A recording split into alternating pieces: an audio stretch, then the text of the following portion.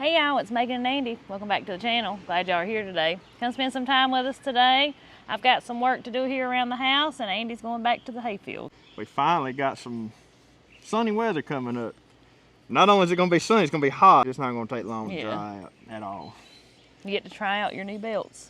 Try out my new belts. That's right. Get to try out my gooseneck, hauling everything over there and back and forth. So this hayfield is about 10 minutes from the house, so it's too far to be driving the tractor back and forth, so I'm going to be hauling everything back and forth over there. It's 10 minutes on a vehicle. Yeah, so 10 minutes on a vehicle. So on a tractor, probably more like 30. Yeah, it'd be a haul on a tractor. But I'm going to be getting some stuff ready for Jacob's birthday party tomorrow, and I got some work to do in the garden this morning before it gets too hot. So. Sounds good. Hopefully I can be back in time to maybe help you get something ready too. I have no idea how long this is going to take because I've never mowed this field before. Right.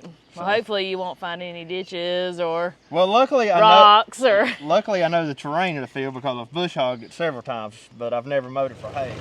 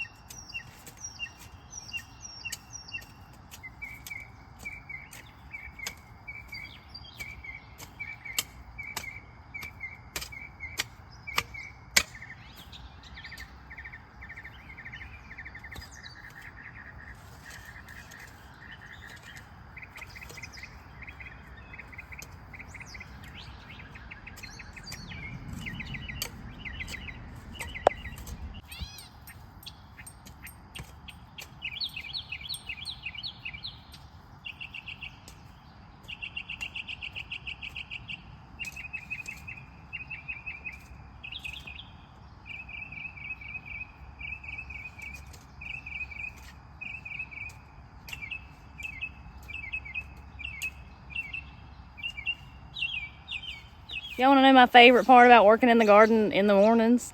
Not only is it less hot, that's not the best part. Just listen. The birds are always cutting a shine.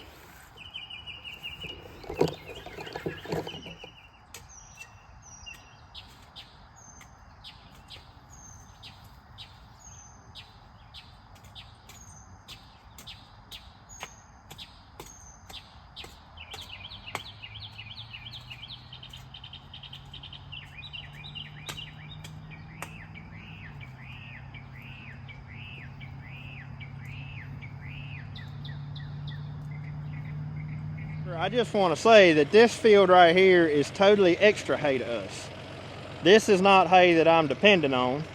This is just going to be kind of like in the reserve tank, you know. This is extra hay that I'll have and just in case I need it.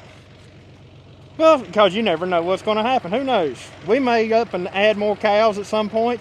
We may have an extremely dry year from here on out and have a terrible drought and not even get a fall cutting. You just can't never tell, so I kind of like to have some in reserve. This here is going to be my reserve field. And if the weather had allowed me, this would have been a lot better hay a month ago. However, y'all know we've had nothing but rain. And so it's just kind of one of those situations. It is what it is. We got to get it cut and get it off the field. I will say though, that with the temperatures we've got coming up, like I'm talking mid-90s, I don't much like to cut a hay field before those kind of temperatures because it's going to put a lot of stress on that grass, cutting it down low with it hot like that. But y'all, it's the only chance we've had. And who knows, that may be the only chance we get. And we've had so much rain, I don't think it's going to put a terrible amount of stress on the grass, so we should be fine. Anyways, I'm going to make a few rounds, make sure everything's going to go good.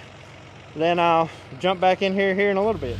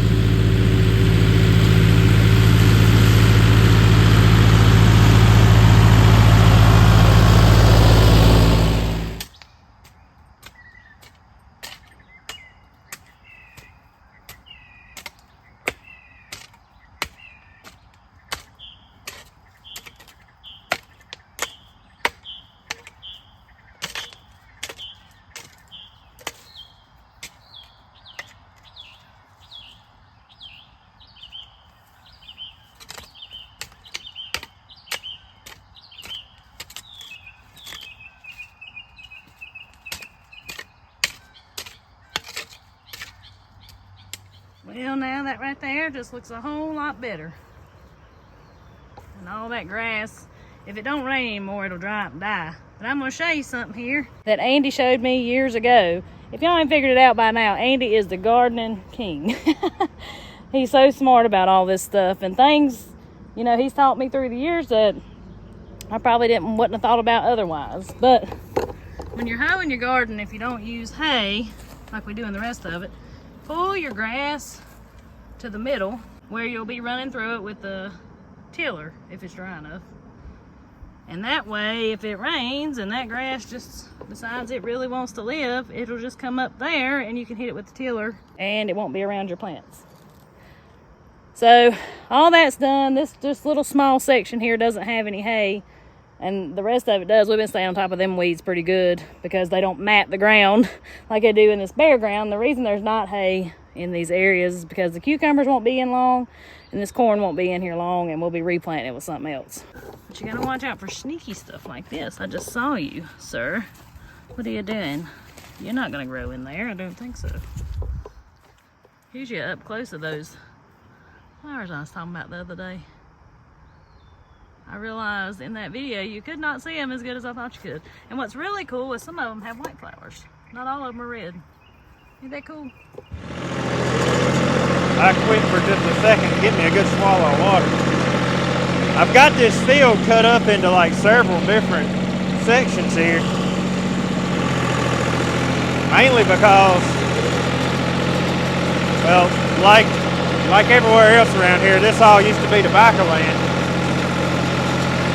And there's terraces all in it. Luckily, they're not rough terraces. There's just terraces. Once you figure out where they all are, it's actually all smooth, pretty easy to mow. Got a lot of stuff like this right here, lespedeza in it, which makes great hay.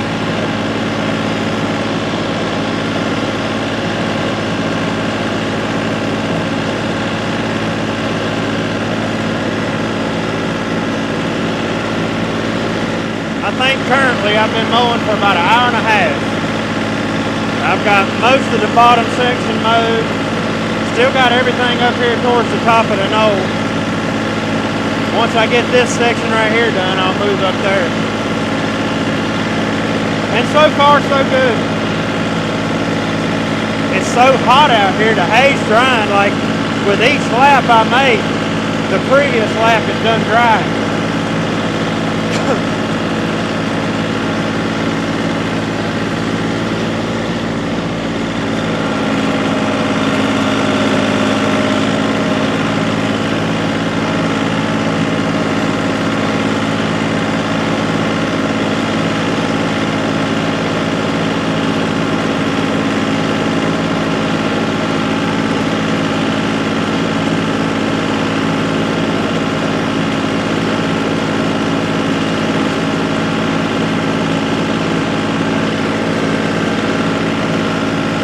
Most of this hay is fairly thick, considering it wasn't fertilized. If this had been fertilized, this would have been some really good hay.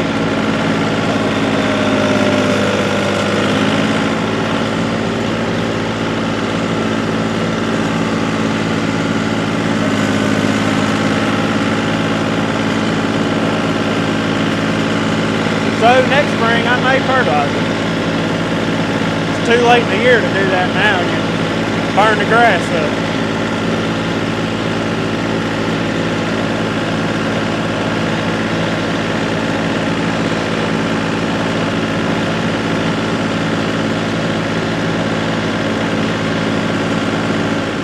I think this part right here is probably the best grass in the whole field. It's thick down underneath. It's short, but it's thick.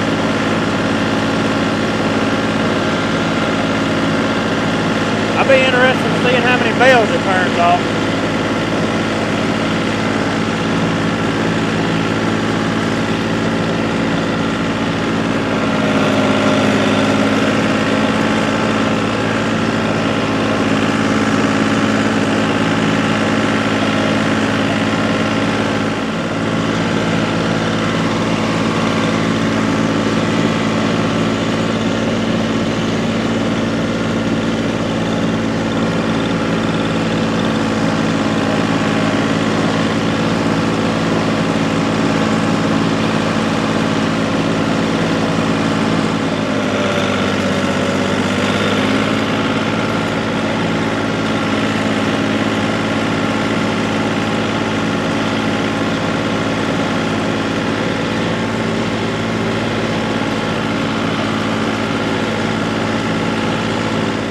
I need to do is check my October beans on the newest part of the garden. I looked at them a few days ago. I haven't looked at them lately though. So these here are what we call October beans. They got a bunch of names, y'all. Topazio beans, Taylor horticulture beans, cranberry beans. There's probably more, but let's take a look at them. They're my favorite. So something I've noticed this year is usually our plants don't look this good, number one, and they don't keep putting off new blooms after they're full of beans. Look at this. And we do get these from Hoss Tools, and under his website they're called Supremo beans, if you're wanting to try some yourself. Why they're called October beans, I don't know, because we'll be harvesting these here in the next couple weeks. Now, here's something else. Look at all that. They're full. This one broke though. They are full, yep. A couple more weeks on these. So what you look for, if you've never grown these before, I don't pick them when they're dry. A lot of people let them just stay here till the beans are completely dry and save them as dried beans. I don't do that. I like to can them, so I pick them when they're ripe. And how you know they're ripe is, you see right now, they're kind of pink and green. Well, when they turn pink and white instead of pink and green, that's how you know they're ready to pick. And you can cook them fresh, or you can can them, or you can leave them and let them just dry completely. I was seeing if I had like one that was ripe, but I don't see one. Those and the corn's probably going to come in real close to each other. It's about to get really busy.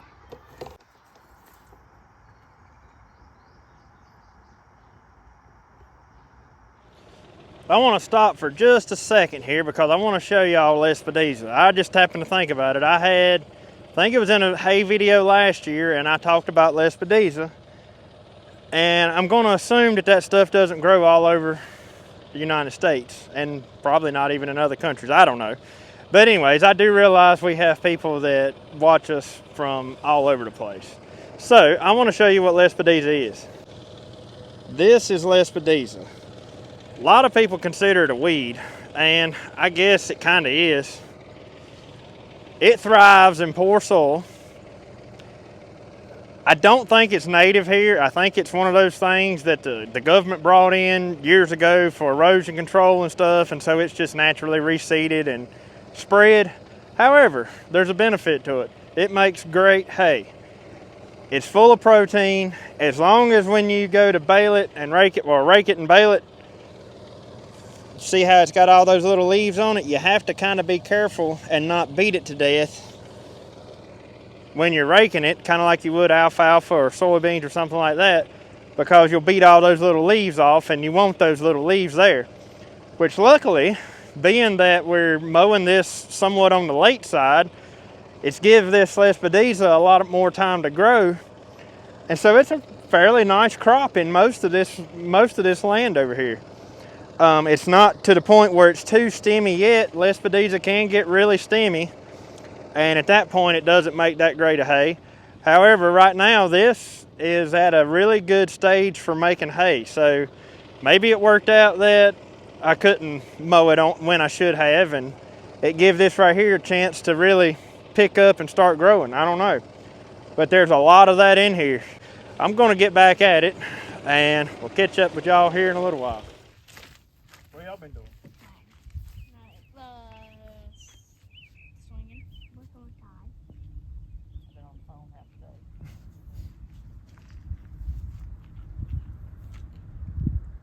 Yeah, I don't know who owns that right there. It ain't much to it, no way. That ain't nothing but broomstall there. Whoever owns it didn't even bush hog it last year. Oh, they didn't? Is that why the trees in? Pretty good bush hogging job. Might be these people right over here. I don't know. Well, that hay didn't go too far backwards. It don't look as bad as I thought it could. No, it actually helped it because the lespedeza's in its taller than it would have been a month ago. And then there's grass, you know, about like that. Yeah. The seed heads of the grass, they're way beyond. Too far gone? Yeah. Well, I gotta go home and get this stuff ready. All right, well, you know where I'll be. All right. Thank you. Love you. Love you. Bye. Y'all have fun. Okay. Stay cool. Right. You too. All right. Hey, call me if you need me. All right. I'll be around. Well, like I said, you know where I'll be. All right. Between here and there. Between here and there, that's right. So I walked out here earlier to my raised bed, and if y'all been around, well, just since stuff started really growing, we got us a nice volunteer crop of Kentucky Wonder pole beans. We didn't plant none of them. They all come up on their own, and well, After Andy weed eated them down a time or two, we realized that they just really wanted to grow, and we thought we'd let them. So I believe I have got enough to have me a mess of fresh green beans for supper tonight.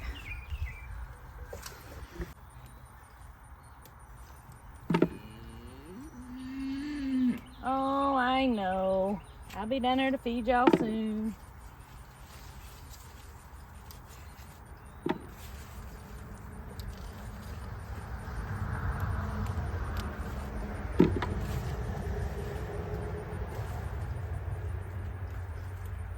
Now, ain't that something? There's no kind of input at all that we put into these here green beans. They came up by themselves from last year, and they have done awesome. We've saved our Kentucky Wonder seeds the last couple years now, and have definitely been able to tell a significant difference in the plants from the seeds we saved versus store-bought seeds. Nothing wrong with the store-bought seeds. I just think stuff gets used to where it likes to grow at. And these Kentucky Wonders, you can let the beans get bigger if you want, and they'll be like Shelly beans. But I like them about like that there. They still got a little bean in there.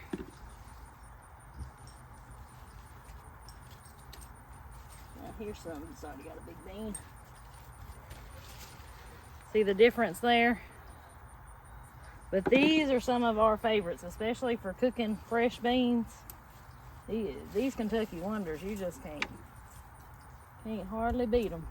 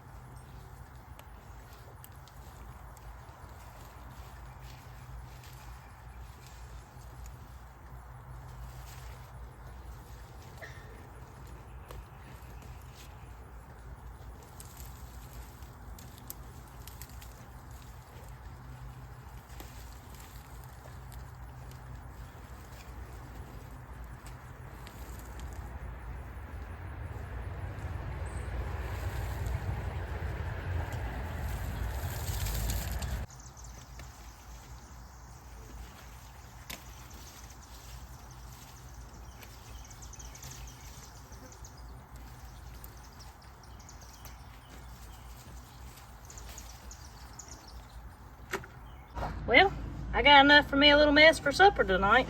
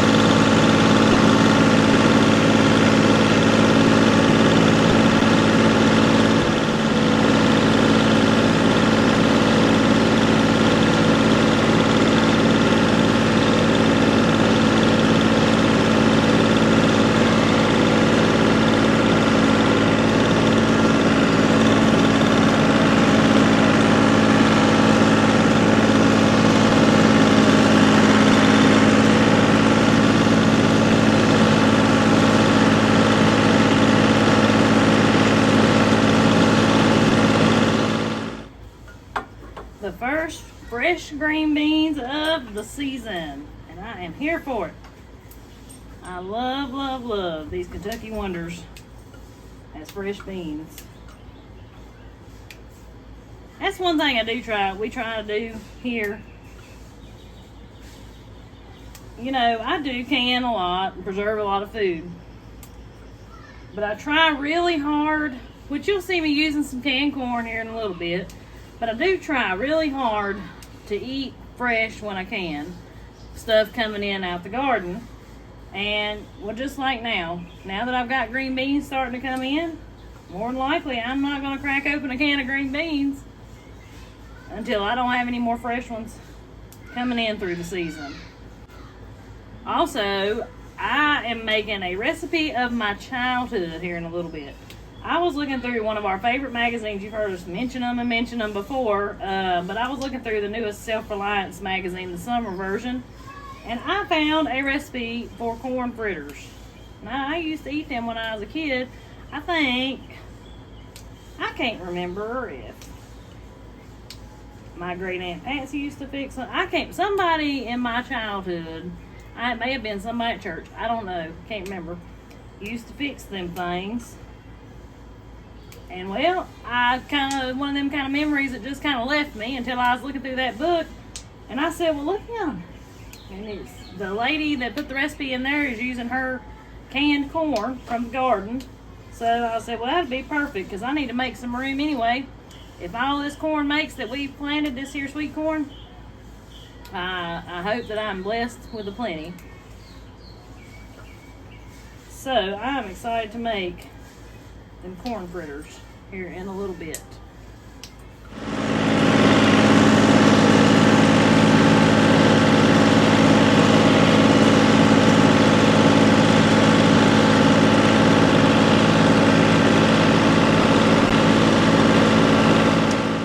Well, that's it. Finally, the first cutting of hay, all of the first cutting of hay is on the ground. I will admit, this over here ain't nothing to be impressed over. I mean, it's going to turn out some decent hay. It's just not going to be a whole lot of it. I don't predict it being a whole lot of rolls over here for the amount of land it is. And it is just flat amazing how quick this stuff is drying. I mean, at this rate right here, I wouldn't be surprised if I couldn't rake it and bale it tomorrow. First off, it's thin. Second off, it's just plain out hot, so it's laying out here cooking. So I won't do it because we're going to have Jacob's birthday party tomorrow. So I won't be able to get over here and rake it and bale it then. But I really think it could be done that quick. But we'll probably be doing it the next day. Look at how fast that's drying out. I mean, it's changing colors quick. And that right there was just cut less than 30 minutes ago. Y'all, you see him? Right there? That's crazy. I'm over here on the tractor, just finished mowing that, and there's a deer just standing out there in broad daylight. Look at it there. But anyways, even if the hay ain't much good, the view over here is absolutely beautiful. But all I've got left now is go around and clean up the very edge of the field, and I guess that's it. Get the tractor loaded up and head back to the house. I had enough for me a nice mess of green beans. I'm gonna throw me in a nice little corner of fat back in there. Plenty of salt.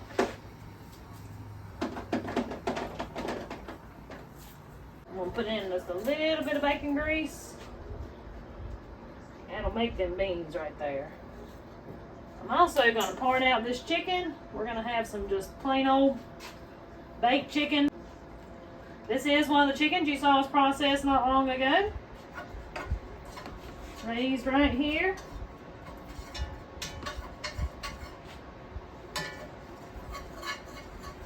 Parting out chickens, it's not too terribly hard.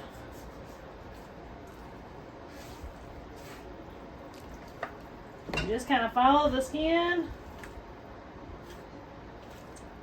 and cut it at the joints.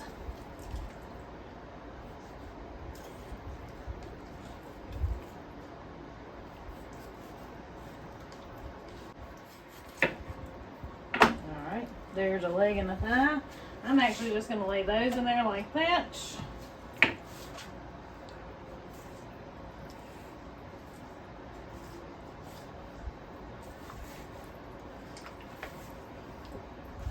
You know, not so long ago when you would go to the grocery store, the only thing, I find this so interesting, the only thing you could buy was whole chickens. Now, most of society, at least in the United States anyway, have no idea how to part out a whole chicken. And I must say that I used to be one of those people.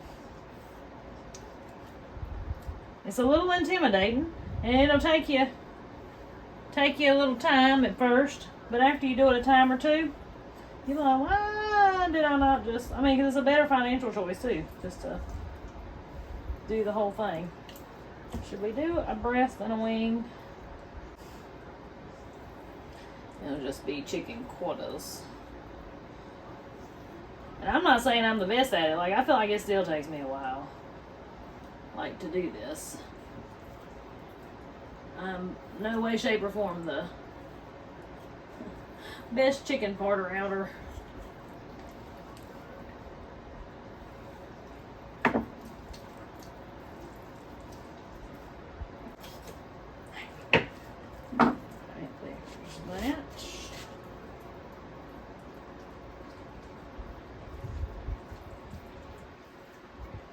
We're gonna season all this right on up with some blackened seasoning. One thing with chicken, if you want to get the most out of it, you see I put the bacon grease on the bottom of the pan. We're gonna put plenty of seasoning on this side, and it will be fabulous. Blackened seasoning, it's got a little bite to it, so just beware if you decide to try it. But it really is good. I actually had a viewer send that to me a while back to try, and I have thoroughly enjoyed it. Alright, I'm going to put this in a 350-degree oven. I'm just going to let it cook till we're ready to eat. It'll probably take it, I don't know, hour or so. Maybe not too long. We'll see.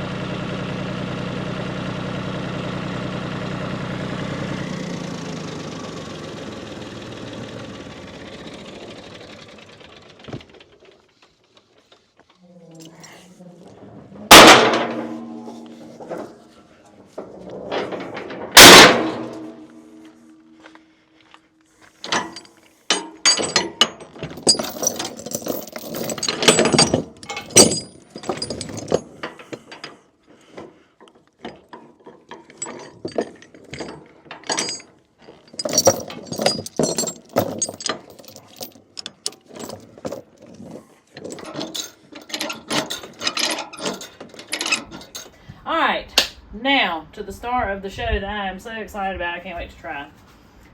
Corn fritters. And that brings me to my first point. I want to thank the sponsor of today's video. I'm actually pretty honored that they reached out a while back and wanted to work with us. And that's Backwoods Home Magazine. If you hadn't heard me talk about that yet, that is a magazine that honestly me and Andy have read for years and years.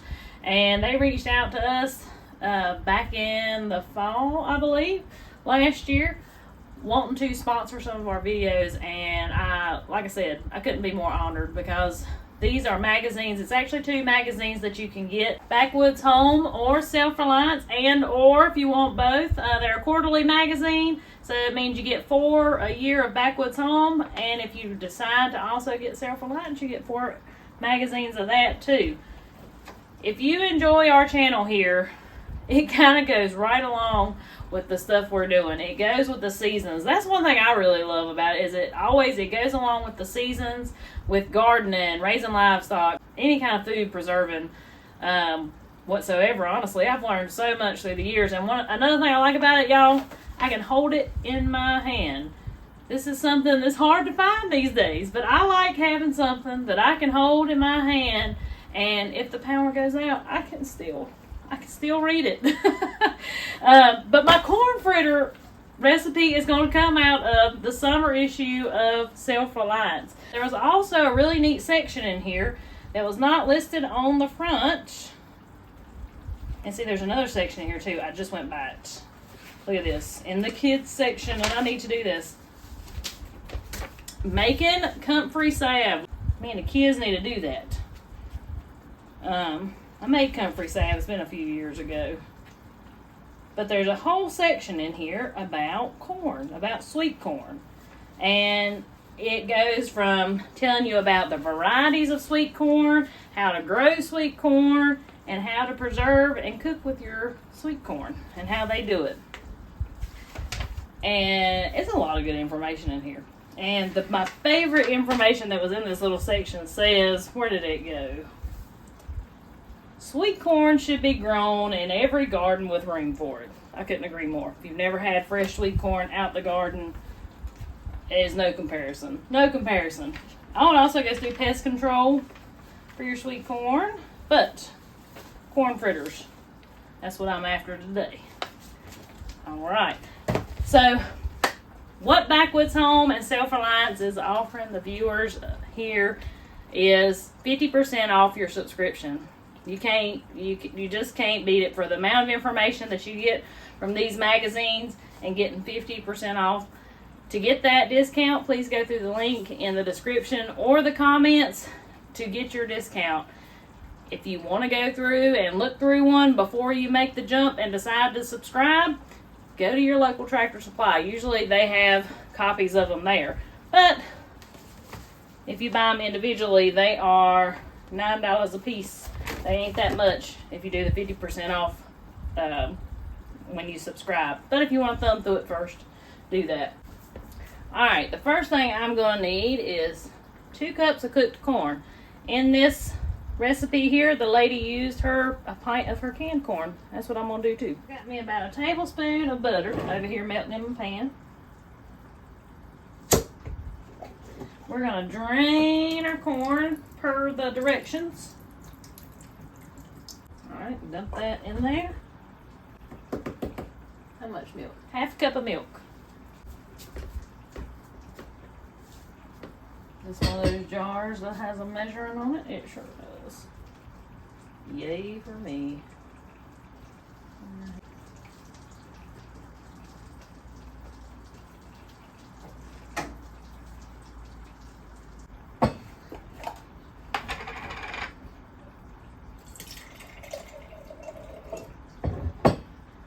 Alright. There's that. Put our milk in with our corn. Now we're going to add in 1.5 cups of flour.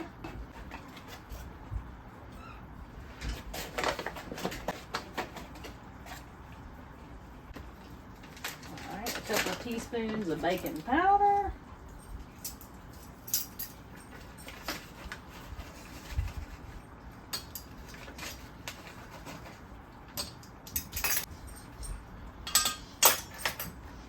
Let's get all that mixed in good together.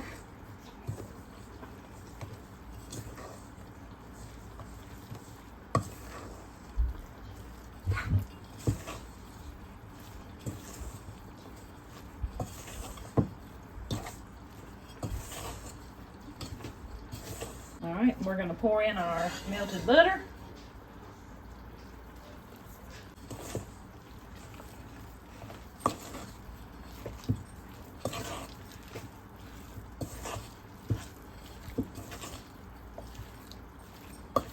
We're going to put us some more grease in our frying pan, and we'll get these fried right on up. They look delicious.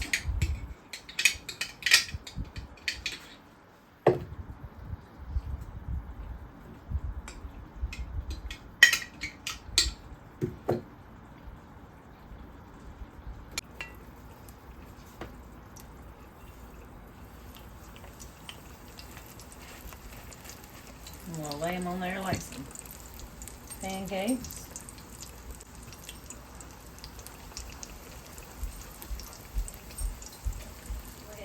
chicken out. Let it be resting. And right there looks mighty, mighty fine.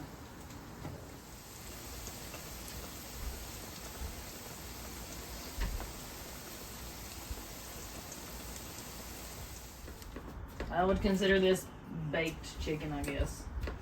And then those are fresh green beans, fresh Kentucky Wonders. Oh, are they? Yeah. Do you have enough to pick? I did. Had Really? just enough for a mess, and corn fritters. When I saw it in the magazine, I was like, oh, that's what I'm gonna make. Yeah, I don't know if I've ever ate a corn fritter. I know I've never made one. Ain't like what John Wayne had with corn dodgers, was it? Remember he called in that movie? He called them corn dodgers. No, it made it. They looked like they were hard, whatever they were. Yeah, he called them corn dodgers. Well, I'm excited about these green beans. Well, they've been cooking for 2 hours, so Well, it takes them a while. yeah. Usually. So they should be perfect. This is different than what we normally have, so it's good to have a change, I reckon. I try to change it up as most as I can. It's all still from here, except for the flour. Yeah, it's just not our normal. We don't normally eat baked chicken like that, but it looks good. Well, I have changed it up every once in a while. Yeah, I know. But anyways, guys, I guess we're going to sit down and eat us a bite. I think I'm going to put me some barbecue sauce on my chicken. Oh, that'd be good. Yeah. I think I will too. Maybe ketchup for these. Yeah, probably. I'll have to bite one and see. But anyways, guys, I hope y'all really enjoyed today's video. Hope y'all might have learned a little something until we see y'all on the next one. Y'all have a good one. Have a good one.